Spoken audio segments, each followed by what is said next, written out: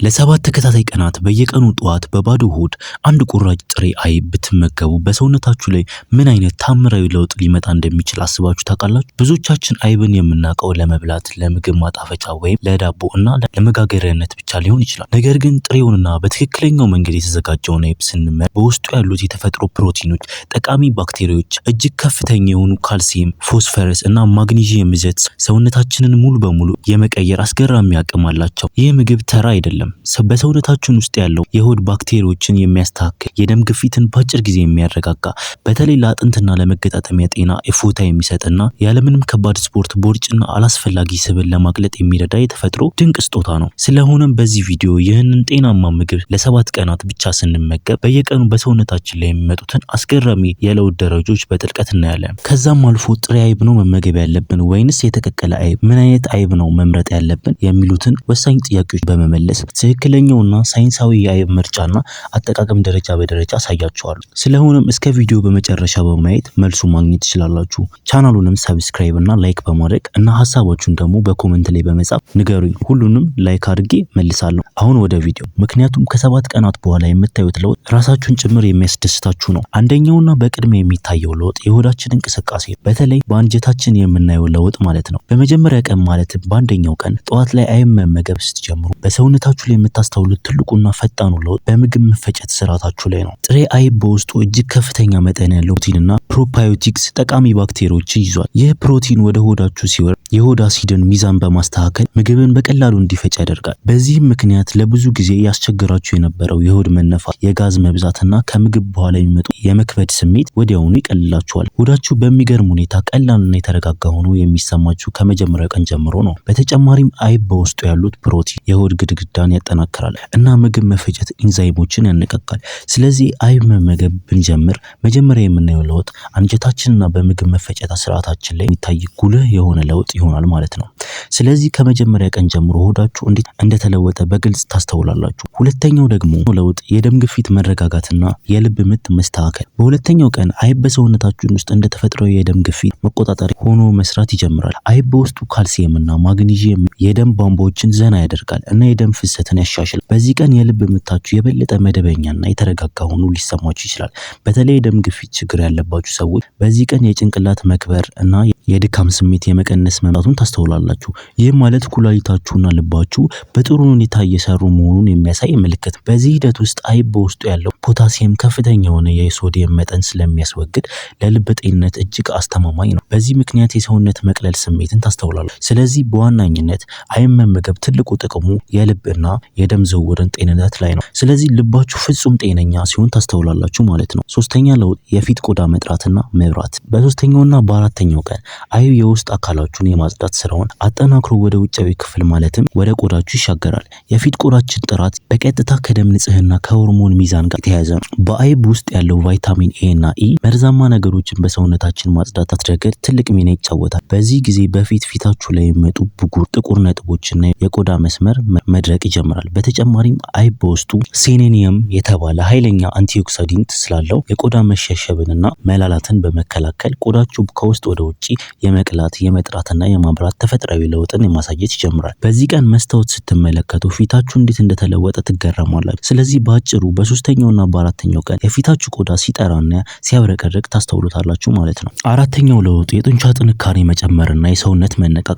በአምስተኛው ቀን ላይ ስትደርሱ በሰውነታችሁ ላይ የምታስተውሉት ትልቁ ለውጥ የሚገርም ኃይልና የመነቃቃት ስሜት ይሆናል። ብዙ ጊዜ ከምግብ በኋላ የሚሰማችሁ የድካም፣ የመስነፍና የጭንቅላት መክበድ ስሜት ሙሉ በሙሉ ይጠፋል። ይህ የሚሆንበት ምክንያት አይብ በውስጡ እጅግ ከፍተኛ መጠን ያለው የቢ ቫይታሚን ኮምፕሌክስ እና የፎስፈረስ የያዘ በመሆኑ ሰውነታችንን የሚገነባውን ምግብ በቀላሉ ወደ ኃይል እንዲቀይር ይረዳል። በሌላ በኩል የአይብ ፕሮቲን የጡንቻ ህዋሳትን ይገነባል እና ያድሳል። በዚህም ምክንያት ሰውነታችን ጠንካራና ብርቱ ሆኖ ይሰማችኋል። ስለዚህ ቀኑን ሙሉ ንቁ፣ ደስተኛና ብርቱ ሆናችሁ እንድትሉ ያደርጋችኋል ማለት ነው። አምስተኛው ለውጥ የደም ስኳር መረጋጋትና የረሃብ ስሜት መቆጣጠር። በስድስተኛው ቀን አይብ በደማችሁ ውስጥ ያለውን የስኳር መጠን የማስተካከል ከፍተኛ ስራውን ያከናውናል።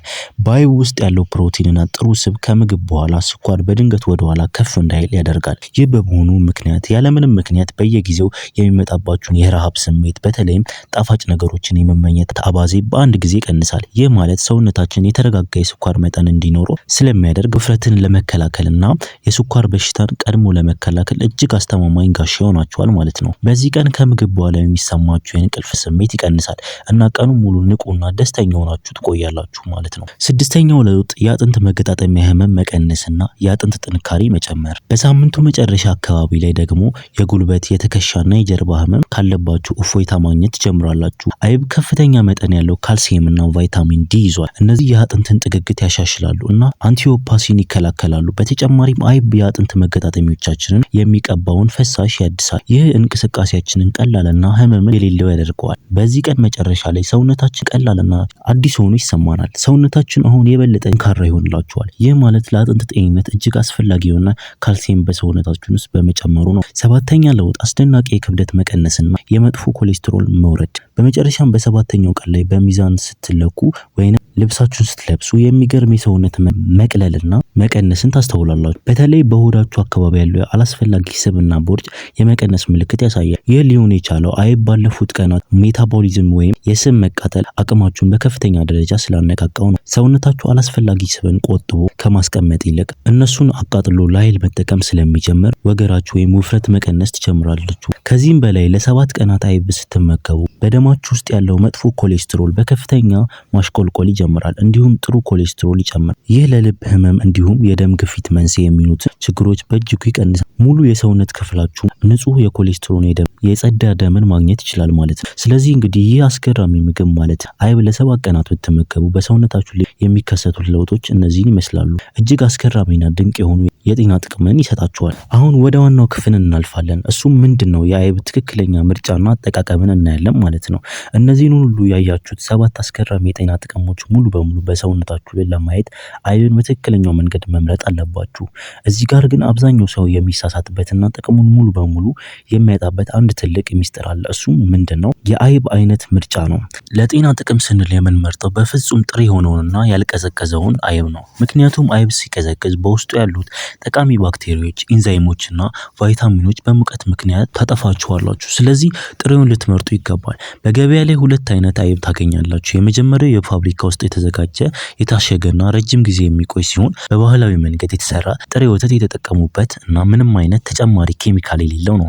እኛ ለጤናችን የምንመርጠው ይሄንኑ ባህላዊና ጥሬውን አይብ ነው። ምክንያቱም ዋናው ፕሮቲንና የፕሮባዮቲክ ጥቅም የሚገኘው ባልቀዘቀዘውና ባልተሰራው አይብ ላይ ስለሆነ ነው። አሁን አጠቃቀሙ ላይ ስንደርስ ትልቁን ጥቅም ለማግኘት በየቀኑ ጠዋት በባዶ ሆድ አንድ ትንሽ ቁራጭ አይብ መመገብ አለባችሁ። ይህ ሜታቦሊዝማችሁን ያነቃቃል እንዲሁም የምግብ መፈጨት ስርዓታችሁን ያነሳሳል። ሁለተኛው ትንሽ ቁራጭ ደግሞ ከምሳ በፊት ወይንም ማታ ከመተኛታችሁ በፊት መመገብ ትችላላችሁ። በቀን ከ1 እስከ 2 ጊዜ መመገብ በቂ ነው። ከመመገባችሁ በፊት አይብን ከቤት ሙቀት ጋር ለትንሽ ጊዜ ብታስተካክሉት ጥቅሙ ይጨምራል። ምክንያቱም ቀዝቀዝ ያለው አይብ የምግብ መፈጨት ስርዓታችሁን ሊያዘገይ ይችላል። ነገር ግን በስተመጨረሻ አንድ የምነግራችሁ ትልቅ ማሳሰቢያና ማስጠንቀቂያ አለ። ይህ አይብ እጅግ በጣም ታምራዊና ብዙ ጥቅሞች ያሉት ቢሆንም ከመሞከራችሁ በፊት ልታውቁት የሚገባ አንድ በጣም ወሳኝ ማስጠንቀቂያ አለ። አይብ ለተፈጥሮ ላክቶስ ይዟል ወይም የወተት ስኳር ይዟል።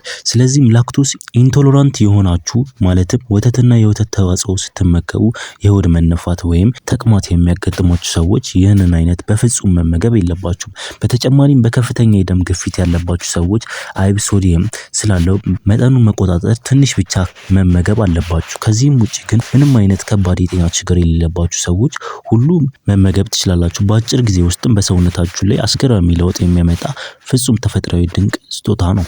ስለሆነም ይህንን የ7 ቀን ተፈጥሯዊ የለውጥ ጉዞ ዛሬ መጀመር በሰውነታችሁ ሆዳችሁና በቆዳችሁ ላይ የሚመጣውን ልዩነት በአይናችሁ እዩ። ቪዲዮውን ጠቃሚ ሆኖ ካገኛችሁትና ለሌሎች ይጠቅማል ካላችሁ ላይክ እንዲሁም ሰብስክራይብ እና ሼር እያደረጋችሁ አትርሱ። ለዛሬ በቀጣይ ቪዲዮ እስክንገናኝ ቸር ሰንብቱ።